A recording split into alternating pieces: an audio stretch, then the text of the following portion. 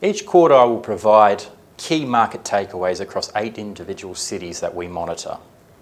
In Singapore, visitor arrivals from the top 3 geographical source markets fell last year, most notably inbound tourism from mainland China, which saw a 24% year-on-year decline.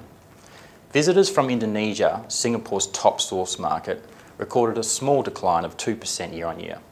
However, arrivals from Hong Kong and South Korean markets, boosted by the introduction of new cost carrier routes, has improved.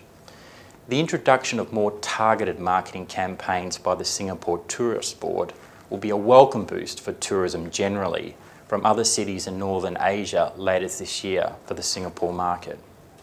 In Hong Kong, approximately 2,100 rooms are expected to enter the market this year, representing a 3% increase on existing supply.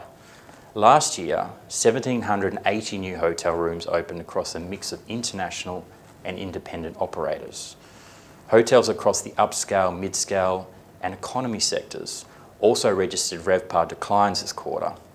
Anecdotally, we understand that traditional Hong Kong visitors have been drawn to other markets such as Japan, South Korea and beyond to Australia, Europe and the USA. Tokyo's domestic accommodation demand continues to grow in both the corporate and leisure segment.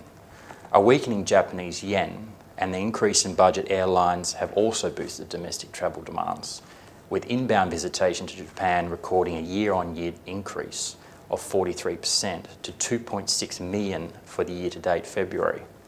This was credited to the significant growth in visitors from the mainland Chinese market, which registered a year-on-year increase of almost 100%. Visitors from Indonesia, the Philippines and Vietnam also increased due to the relaxation of visa entry rules. Jakarta's trading performance showed a decline over the same period. Occupancy declined to 59% citywide, while average daily rates declined around 2% year-on-year to $174.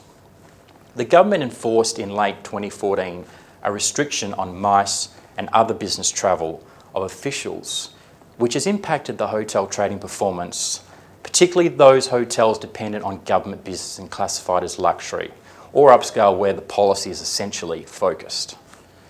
In Australia, Sydney hosted several major events this quarter, stimulating room demand overall, with average daily rate growth of 5.7% achieved year-to-date February. Sydney played a major part in hosting both the ICC Cricket World Cup and Asian Football Cup, which has reflected relatively stable occupancy at 88% and strong growth in average daily rates. Despite the closure of the Sydney Convention Centre, demand growth is anticipated to help occupancy remain at peak levels of at least 86%.